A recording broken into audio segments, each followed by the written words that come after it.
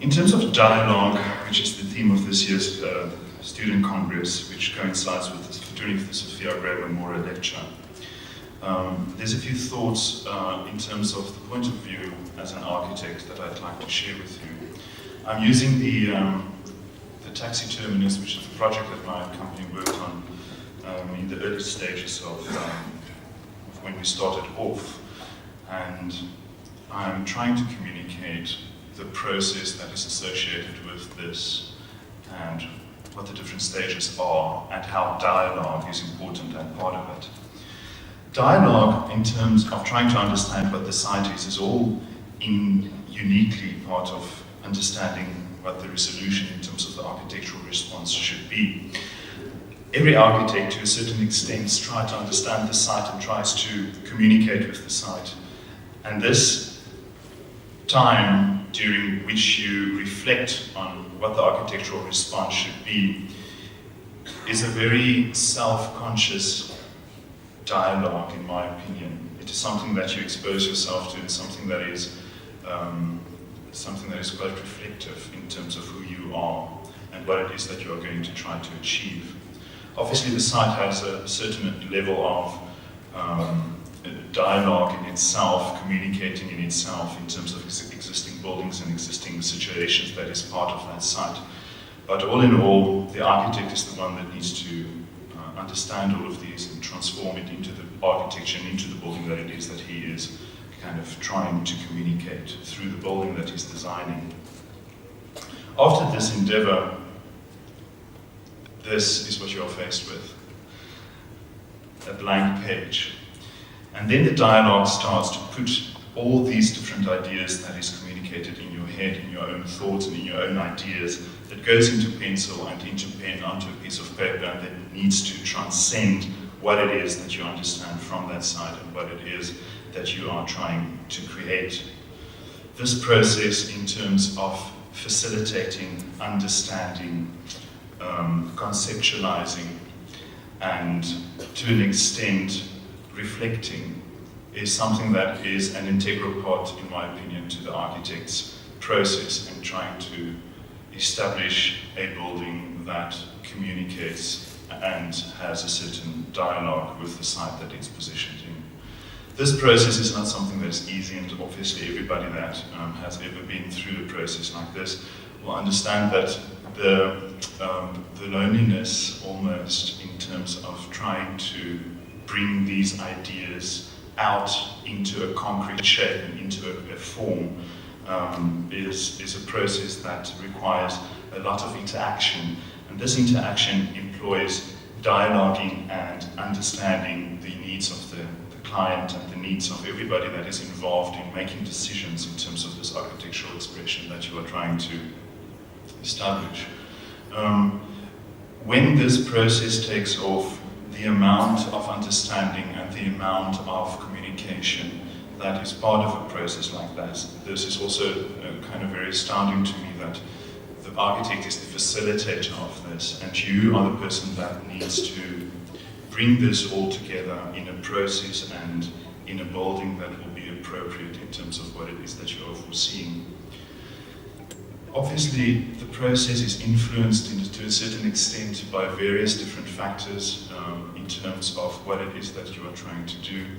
But all in all, after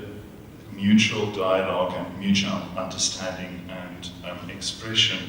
something starts to talk to you and the building starts to take shape.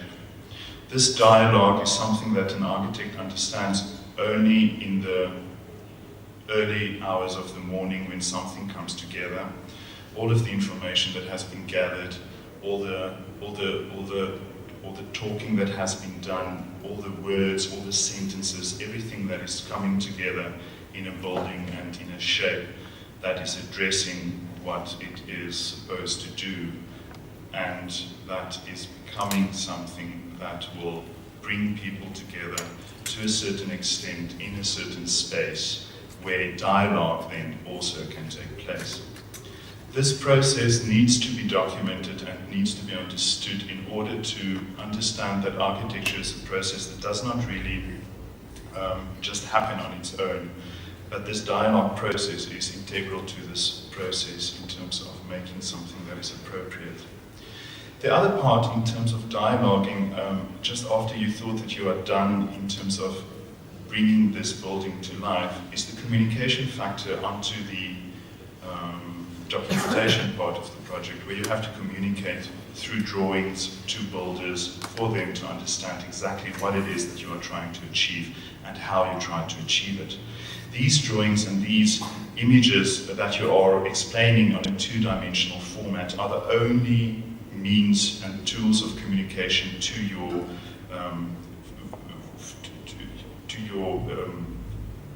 need, or to what you have to use and to utilize to communicate the ideas that you have. This process, to a certain extent, takes from the, if I just couldn't go back, takes from the previous process of trying to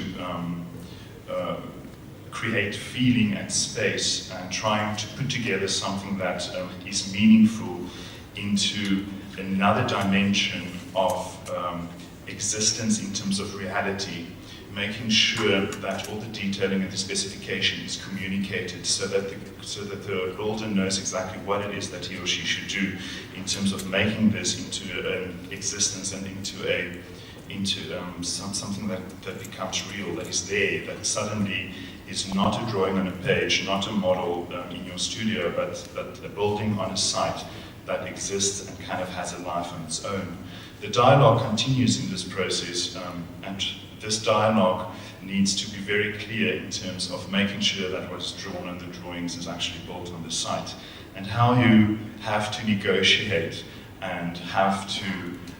understand who it is that is actually bringing this building to life. It's all part of the wonderful process of being an architect and seeing all these ideas that initially started off on an empty site suddenly becoming real and exist in the site that you have designed it for. This process continues, and suddenly at a certain stage everything comes together. The spatial existence, the proportion, the way that the different blocks communicate to each other.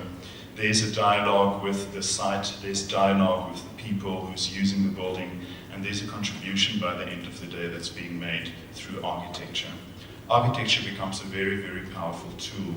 and the architect by the end of the day becomes the instigator of this. Dialogue is the integral process by which all of this is realized, and without dialogue and proper understanding of how you should communicate your ideas, your thoughts in the different mediums of communication, whether it's thoughts, ideas, drawings, words, anything that you can do to make sure that everybody understands how you want this building to be and how you, by the end of the day, make it happen. This